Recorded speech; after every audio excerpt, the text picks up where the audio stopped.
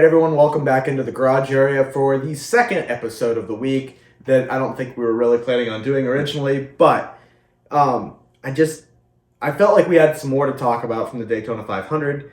We didn't get a whole lot, well, we didn't get any of the Xfinity race because we were watching it over there live as we were recording. And there's just a handful of other things that I wanted to talk about and maybe preview Atlanta a little bit more than we did.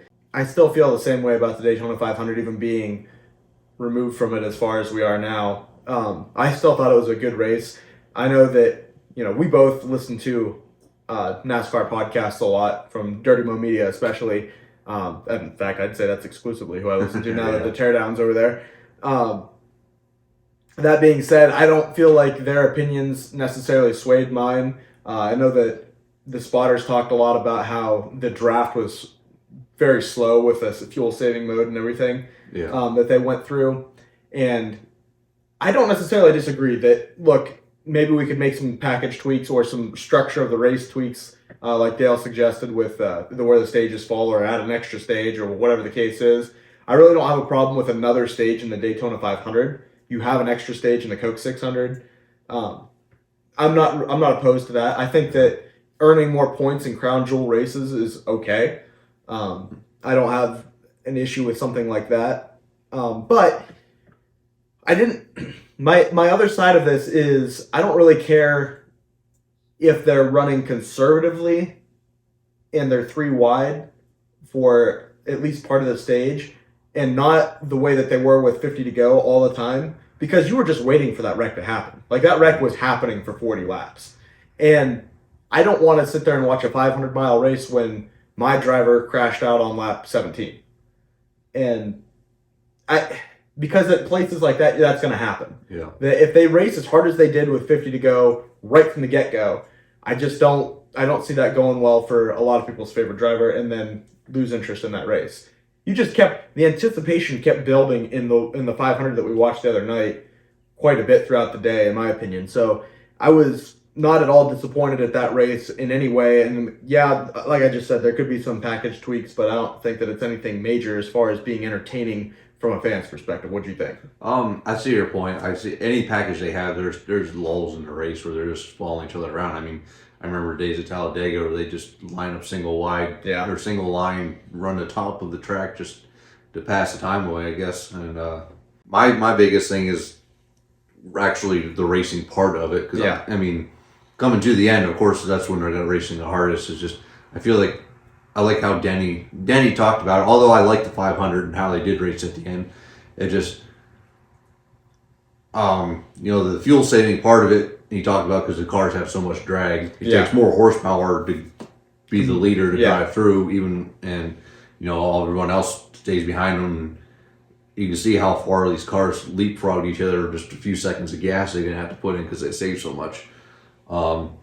He talked about taking out some of the drag of the cars. You wouldn't have to save as much fuel. The pack would be quicker. Yeah. And I just, back in the day when I watched, Jeff Gordon, Dale Jr., they could pull their cars out of line and make a pass on a guy here and there without having need all the help. I mean, of course they had to get the run, but they didn't need someone to pull out behind with them and push them. They get the momentum and cut through the air to make passes and stuff too. I feel like we're missing a little bit of that. Yeah, in my opinion, there's two things. There are 2 combinations of 2 things that you really need to be successful at plate races. It's either a driver with skill and no bad luck. You don't necessarily need good luck. Yeah. Or a good race car and some good luck. Yeah. So I think that's what it takes to win at a super speedway right now. And with what you used to have with Tony Stewart, Dale Jr., and Jeff Gordon, and you could throw Jimmy Johnson in there too, is you had skill and great race cars when they came to those racetracks. And I don't necessarily want to see those same 3-4 guys dominate, but I feel like there's people like Denny Hamlin, Joey Logano, Brad Keselowski. You're seeing Ryan Blaney come into that. There's a handful of other people. Byron really isn't a bad plate racer. No. Kyle Busch is usually around there. Yeah. Throw Truex in there, I guess, because it seems like it comes and goes. But my point being, I feel like there's a wider range of people that are successful at plate races now, as far as skill goes, than there used to be then. And I see what you're saying. I'm good with that, but not necessarily like a somebody just lucking into the win, so to speak. Yeah. Byron's a good race car driver. I have no issues with him winning the Daytona 500. I did feel to a degree that he lucked into the win.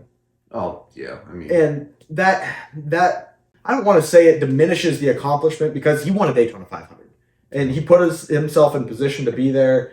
All of that stuff plays into it. If Chastain won, I wouldn't have been happy because of the way he raced and because of who Ross Chastain is. But I feel like he would have been very deserving of that win, just because he put his car up front and stayed up front while he was there. I don't necessarily agree with how he did it, and I think people cut him a lot of breaks in the process. But I don't know. And when you think about the past Daytona 500 winners, we had a string of them that were lesser known drivers. Yeah. Stenhouse, McDowell, Austin Cindric, and then I think Denny won it before that. I mean, Austin Dillon before that. Austin Dillon? Yeah. I mean, yeah. I'd say he's probably more well known because of the car he's driving, but his talent overall, I guess you could say. So but guys like that, it feels like, all right, we build up the Daytona 500 and then this guy wins. Yeah. That's really not a fair way of looking at it, because they put themselves in position to be there one way or the other. Yeah. But at the same point, I do feel like it adds to the prestige when a Denny Hamlin, a Joey Logano, a champion of the sport, or somebody that contends for championships often wins. Yeah. That being said, there's 3 guys that are getting on in their career, and they're kind of running out of time to win the Daytona 500.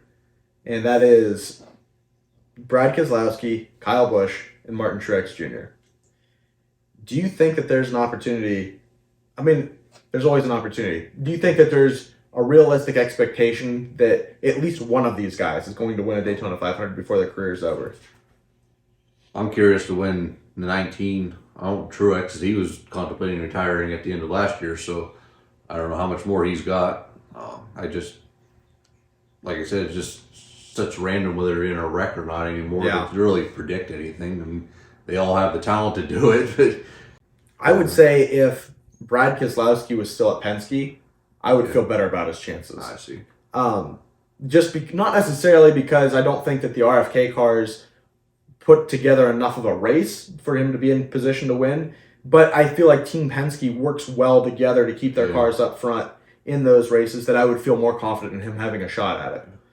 I'm curious because it didn't seem like him and Buescher were hooked up together too much. Like I didn't see them together a whole lot. I don't remember seeing Buescher at all. He was much. Yeah, I do recall seeing his car, and I follow RFK Racing and see their stuff quite a bit. So I noticed when he was towards the front because I was reading Twitter during the race. But you're right. I mean, he wasn't a factor. He was somebody. He's somebody. He won the Daytona race last year in the summer, right? Yeah. So I mean, he's somebody that you'd have an expectation would be up there, and like I said, he was around there, but didn't make enough noise for you to notice that he was there. Yeah, I mean, Justin Haley, who was with Rick Ware, whatever, supposedly affiliated with RFK now or something. I seen more of him than I did Buescher. So it's just I saw a lot of David Reagan. Yeah. Yeah, he was in the top 5 at one point. Yeah, hung out in the top 10 pretty consistently. I feel like you said, I feel like Truex's runway is shorter. Yeah. But I feel also that they could pretty consistently bring him a fast car to the racetrack. But then again, when I looked at him in the duels, he just had an absolute disaster of duel races. I feel like if anybody's going to get it, it's going to be Kyle. Yeah. And I don't even feel great about that. I know DBC, they were talking about his contract and whether he was on year 2 of a 3-year contract for RCR. So I wonder if that's kind of what his career outlook is looking at too. So that's possible. Here's your trivia question. I have it listed here that William Byron is the 6th different driver to win the Daytona 500 for Hendrick Motorsports. and it's Hendrick Motorsports' 9th overall Daytona 500 win. Yeah. So Jeff Gordon's got 3. Yeah. Jimmy Johnson's got 2. Dale Jr.'s got 1. And now Byron's got 1. Yeah. So that leaves 2 Daytona 500s on the table. And we have 7 drivers, and we know that 9 won them all together. So there's 2 other drivers that won a Daytona 500 each. Who were the other 2 drivers for Hendrick Motorsports that won Daytona 500s? Darrell Waltrip, right? That's correct. That is one of them. Man. This guy's a very controversial figure in NASCAR, in my opinion. Richmond? Nope. No, I didn't. He had some controversy. He did have some controversy.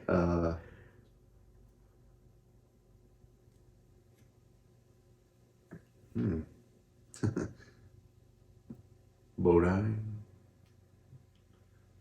Jeff Bodine. Oh yeah. Jeff Bodine was the other driver. Yeah, Darrell Waltrip and Jeff Bodine. I didn't realize that Darrell was driving for Rick Hendrick when he won. Yeah.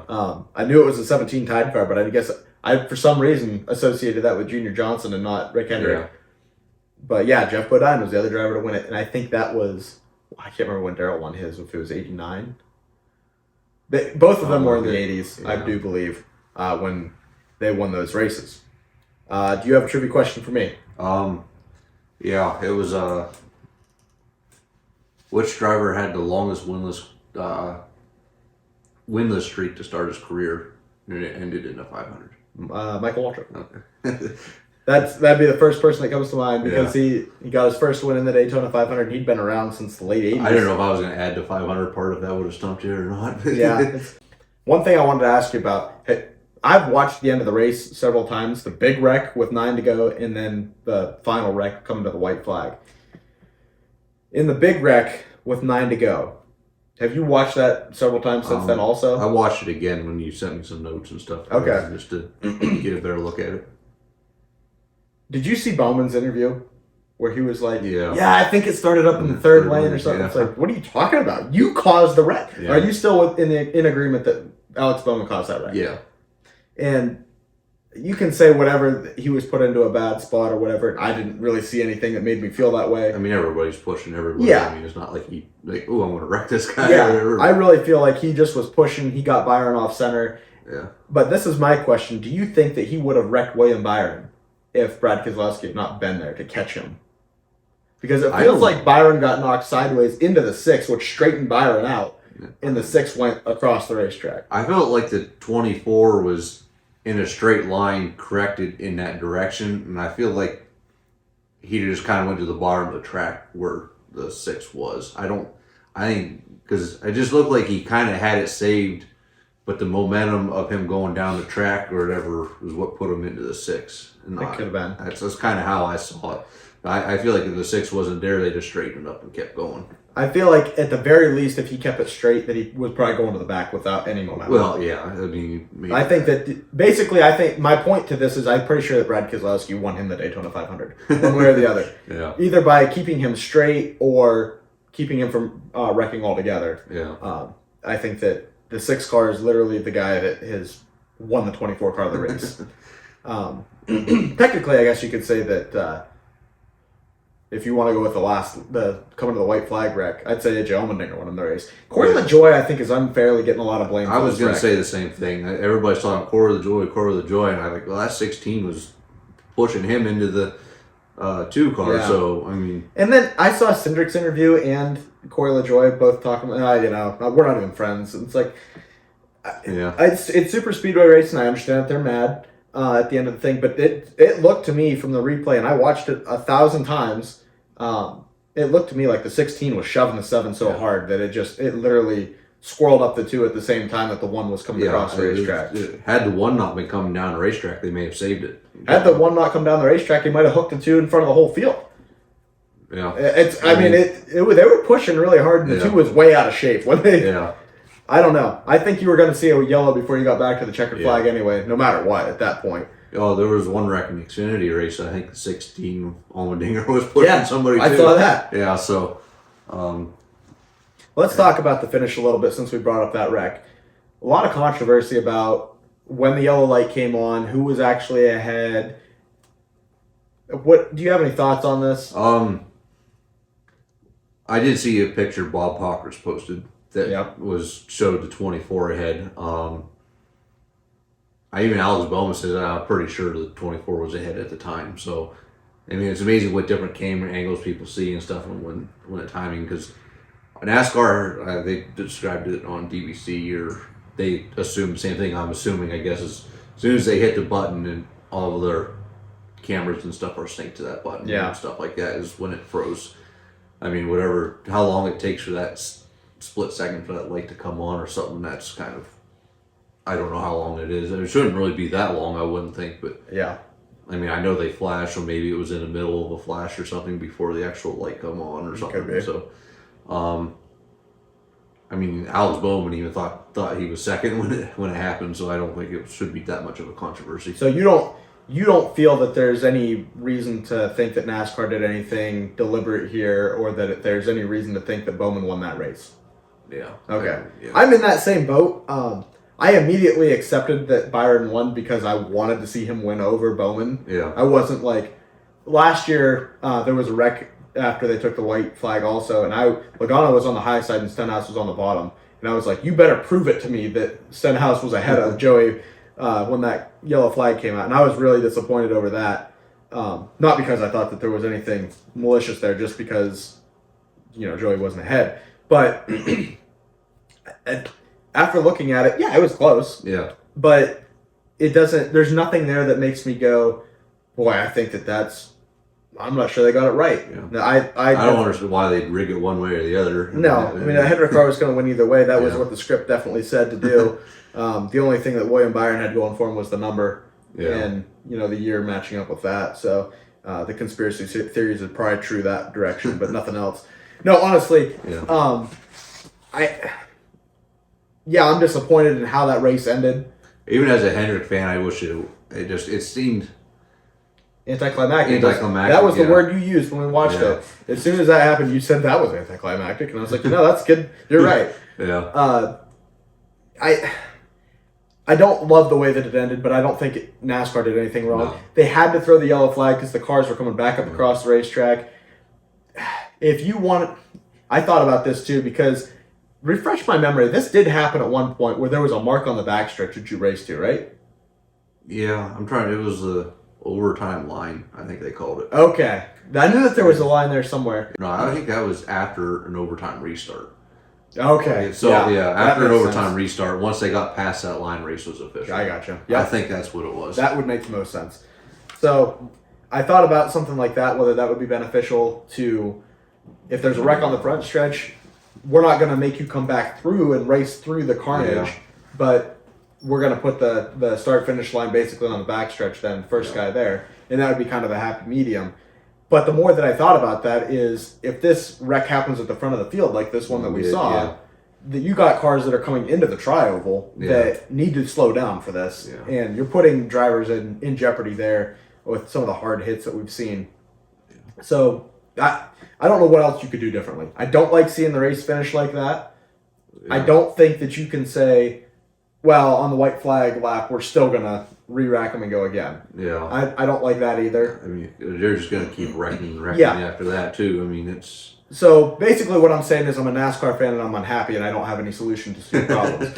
And that's truly where we're at right now, because... the way they do it, I think, is the way they have to do it. I agree. I don't know what you could do better. I just wish that there was more excitement built into that in that moment. I think they said they weren't going to throw the caution until they saw the two coming back up towards the... Yeah. thing. So, I think in hindsight, they wish they'd pushed the button before Byron got to the line. Yeah. And, I think NASCAR kind of wanted a restart. Yeah, I agree. I think I would have rather had a restart. But once they went past the start-finish line, I mean, that's it. Race is over. But it makes me wonder sometimes, especially at these super speedway races, is somebody sitting there like this, like, I just want to see some smoke. I just want to see somebody get the right amount of sideways and bam, I'm going to smash that button. Yeah. But no, I don't think that you could have done anything differently there. I don't see any kind of controversy with the finish. The only thing that I wish had happened was TV showed us a better replay. Yeah. I agree with Brett Griffin that you shouldn't have to find out on Twitter what the definitive answer is. Like, show me something on TV of like, here's the replay, here's the moment of caution, here's the 24's ahead. It's close, but the 24's ahead. Whatever you want to say, just let me see it again. And I don't feel like I ever saw it again. Yeah. I'm trying to remember who it was. They were side by side. It was an Xfinity Series race at Daytona in the fall. I want to say Allmendinger, or not Allmendinger. Allgaier? No, Almirola. Oh. Was in a car, and I don't remember who he was racing against. I think Almirola he placed second place, I think. Yeah, maybe it was a Ford car. I'm thinking the wrong driver, but anyhow, they actually had in-car cameras, and they were following with the timing light or the caution lighting, because the caution came out before they got to the start-finish line on the last lap, and they were actually inside the car with the light on, or with the light synced up to the video, and actually showed you, all right, this is the moment ahead, and this car was ahead and whatnot. The drivers are blanking in my head right now. I just think one was a Stewart Haas car. That's all I remember. Well, no matter what, I would like to see something that gives you a little bit better clarity on that at the end. Because, I mean, I didn't care. It sounds weird to say it, but I was focused on the wreck, and I wanted to see the wreck again. And when they said that the 24 won, I was like, okay, cool. I believe you. I didn't feel in that moment that I needed to see it again until things kind of progressed, and I was like, why are you not showing me the finish again? Yeah. And I just, looking back on it, thought that was kind of weird that they didn't do that a little bit better. Did you think it was weird that they did immediately throw the yellow in that race, but not the Xfinity race? Yeah. I mean, it was like the front of the field, too, and on the backstretch, everybody's piling into each other and stuff. I feel like they overreacted from the way the Cup race finished. Maybe. It just let them come. I mean, after they got spread out so far at the front, was it Creed was following Hill? Yeah. It was like 10 car lengths behind. He wasn't catching. Right. It looked like Creed let off the gas. Yeah. Really, and like at that point, just throw it out. It's over. I mean, like you're not. Yeah. Yeah, I'm definitely agreeing there that I'm not criticizing NASCAR for not throwing the yellow flag there. I just felt like those two instances were similar enough that they probably should have done the same thing, no matter what it was. And I think that it should have been thrown. Yeah. But I'm not upset at NASCAR for not throwing it either. Let's talk about the Xfinity race a little bit. Austin Hill gets his third straight win in the Daytona opening race. He ties two other drivers to do it, Dale Earnhardt Jr. and Tony Stewart. What do you think of Austin Hill as a race car driver as a whole? Do you think that he's clearly somebody that we're going to see in the Cup Series one day? I think so. Do you think he's going to be Kyle Busch's replacement? Do you think he's going to be Austin Dillon's replacement? I think he better be Austin Dillon's replacement, but whether that will be or not, I don't know. I'm really not a fan of Austin Hill. I don't know what you think of him. I'm just... As a person? Yeah. I mean, I can see that. I don't know him personally, but just from a fan looking at a driver, I'm like, I don't really... Yeah. His personality does not attract me, I guess. Yeah, I see what you're saying there. What do you think of the race as a whole in the Xfinity Series? I like the racing there. I mean, they drive 3 wide and make runs and passes and stuff. I think it's a better car than the Cup Series car. So, what do you think makes it a better race car? High horsepower. I mean, for all like the main tracks and stuff, it's got higher horsepower than the Cup cars. I mean, that just doesn't make sense to me. I don't want to go back. I'm sorry, I don't want to interrupt you. I don't want to go back to the Cup Series and talk about the Daytona 500 again. But one of the things when Action's Detrimental first came out and Denny started giving us this information and his opinions on stuff, I put a lot of value into that. Since then, I kind of put a little less value on it, and I don't know why, but sometimes I feel like Denny talks out of both sides of his mouth sometimes, saying that, well, this is what we need, well, this is what happened, and it's like, I don't think that's what really happened, or this is really what they need. But I think that one of the big things that would help out Cup Series races at restrictor plate tracks would be tire wear. And I think that if you had to change tires, that would eliminate your fuel saving thing. Because if you have to change 4 tires on a pit stop, you're going to put that widens the box of the amount of time you have to put fuel in a race car. So I think that in itself could single-handedly be a big improvement in super speedway races. But that's the two things that you are going to hear us talk about all year long as we recap races is going to be horsepower and tire wear. Yeah. And at super speedways, I want to see Cup cars have more horsepower and more tire wear. And I think that's just the case for everywhere. Riley Herbst. Fast Stewart Haas car. Cole Custer was also really fast. He got taken out on one of the wrecks. Riley Herbst got penalized for starting on the front row on the bottom and jumping the restart. Essentially is what he got penalized for. They called it laying back or whatever. But how did you feel about that penalty? I don't remember how many laps there was to go, but there wasn't that many. And basically eliminated his opportunity to win that race when he was really fast all night. Yeah, they called it laying back, which, I mean, most restarts, you're usually a half a car behind, your front bumper's behind the bumper of the driver or the leader, of course, but I think he got more of a head start. He initiated a start instead of starting second. I think he jumped the start, not necessarily held back. Yeah. I mean, he said he was getting pushed, which would have been his teammate, so he's blaming the penalty on his teammate, which from what I saw, it didn't look like Custer hit him until after the start finish line, and by that point Herbst was already ahead. So yeah, I mean, that's how I saw it. I mean, yeah, I for one thing, for there to be any advantage in laying back, in my mind, especially at a super speedway, you'd have to be second in line. Like, you'd have to be creating a run to the car in front of you for that to be an advantage. Yeah. But I don't like, and maybe there was a warning that, hey, stay even with the leader, or hey, maintain your position in line, or whatever the case was, whether it was to him, whether it was to other cars. I was not aware of a warning that came to anybody. Yeah. And if there was no warning and they penalized him at the end of that race for that move, there better have been some serious, this is the rule, this is what we're going to do in the driver's meeting. Yeah. In order to make that call at the end, because you took Riley Herbst out of that race for something that I really didn't feel was an advantage at that particular moment. You can clearly see him gaining momentum quicker than C. Yeah. And I don't think anybody was pushing him at that point. So right. He had to have initiated a start, I believe, for that to happen. I understand why it's a penalty. I need to have a warning first if I'm it's such a judgment call. I want to know. I want to do something and hear NASCAR say, hey, don't do that again. Yeah. Before you get, all right, we're down to the end of the race. This is at Daytona. You're doing everything you can to try to get the lead. We don't like that. You're going to the back. I get it. Unless it was made super, super clear in the driver's meeting, I don't like that being a penalty. I'm not opposed to the penalty, but the timing of it and not having a warning first is what I don't like. I'm sure it could be a penalized move. I don't have an issue with that part. But it's the circumstances around it, I guess, is what I'm saying.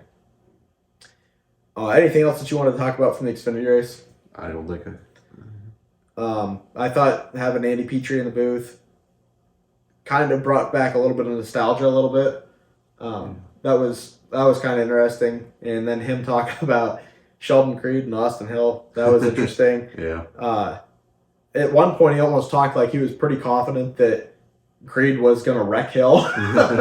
And I don't know that, I mean, I wouldn't have wanted to see that regardless. If Creed had beat him straight up, I don't like Joe Gibbs Racing. I don't like to see them win, but that would have been kind of cool. It was pretty fitting that they were racing each other at the end of the way last year ended. Yeah. Even Sammy Smith, who was in the 18 car last year, was up there racing with against the 18 too. So, all right, looking on to Atlanta, we did do just a little bit of a preview, but we didn't get a ton into it. I want to point out, since we've had this new configuration at Atlanta and we've had this super speedway style racing at that particular racetrack, we've seen William Byron win there twice. We've seen Chase Elliott and Joey Logano win there.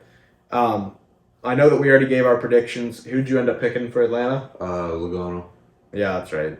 We ended up taking Joey, and I honestly, I don't remember who I picked for that. LaJoy. Corey LaJoy. Okay. So I still think that those are good picks for that racetrack, but is there anybody else that stands out to you as a driver that I think is going to be strong here? I'll just tell you, for me, it's going to be William Byron. I think that he's coming in with a lot of momentum. He's won there twice in this style of configuration. I could see him being a really strong race car driver there. I mean, I just picked the same restrictor plate guys, and I pick it Daytona or Talladega. I mean, Chase, obviously, he has a win there and runs well there. Now I can see Roush guys. Yep. RFK cars. Yep. Busher, even Hamlin. Yeah. I could see. I know that Bubba Wallace had a good finish there, or at Daytona. Yeah. I could see him being a strong contender at Atlanta as well. I'll be interested to see how this race all shakes out. It looks like a video game when they run around that racetrack in that particular style. All the AI just staying up. Yeah, that's what it looks like. It is curious, as even Bubba talked about it on BBC about the track wearing out and weathering. Well, that's what I was just going to ask you. If that track, do you think that it has weathered out enough to where you're going to see a separation in the pack at all, or are you still going to see everybody just bunched up under a blanket? I hope it gets weathered enough that it spreads out and gets more mile-and-a-half-y type racing, but probably at this point, there'll probably be a pack of cars that handle real well, or maybe a pack of cars that handle not so well, or something like that. I can see that. I could as well. I would just like to see them maybe kind of old super speedway style race a little bit, to where you could probably get 3 or 4 cars at the front that are kind of in a line and can gain some runs and pass each other, and maybe 2x2 behind them. I would be more interested in seeing something like that. And I am also glad that we're getting these races out of the way back to back. Because I don't want to go from super speedway to short track to intermediate back to a super speedway style racetrack. The Daytona 500 is always going to be its own thing, and I'm always going to look forward to that being the opener. If we're going to race a track that races like Atlanta has to this point, I want to get that out of the way second, right off the list. I think that this is a great move on the schedule to make this happen. On a scale of 1 to 10, what are your expectations for how exciting the Atlanta race will be? And before you answer that, let me ask you this. Where would you put the Daytona 500 that we just watched on that scale from 1 to 10? Like how it played out? As far as what would you rate that? I don't know. I'd probably say 7. 7? Yeah. Okay. I thought it was a good race, but I think maybe the ending kind of spoiled it a little bit. I don't know. Okay. I feel that the Daytona 500 gets a 9 for me. Yeah. As far as racing I was hoping to see and racing I saw, I think it gets a 9. There's a few minor things that I'd like to see differently for it to be a 10, but for me, a 10's achievable in this sport as far as what we could see this year. And so I wanted to keep that kind of as a benchmark of when we're rating these races going into the next week, where we think that they'll end up shaking out. So on a scale of 1 to 10, where do you think Atlanta's going to fall on that? I don't know. I don't think the restrictor plate racing at Atlanta is as exciting as like Daytona or Talladega. So I'm probably 5, maybe. You're going to 5? Yeah. I'm going to give it a 7, I think, as far as my expectations. I think you're going to see some stronger guys with not just good race cars and skills, but guys that just straight up have skills be successful at this racetrack. And that's kind of what I'm anticipating there, is something on the 7 scale. Some good, tight racing. Hopefully what I just described is going to be what we see there, with a little more of a weathered, worn-out racetrack. But that's my opinion on Atlanta and what we're going to end up seeing there. I hope that we end up seeing some good racing this week and carry on this momentum. I feel like NASCAR's gotten kind of suffocated a little bit with the weather. I feel like they had a lot of momentum with the release of Full Speed and then the Clash being shortly thereafter, but the weather suppressed that event and had it moved up a day early.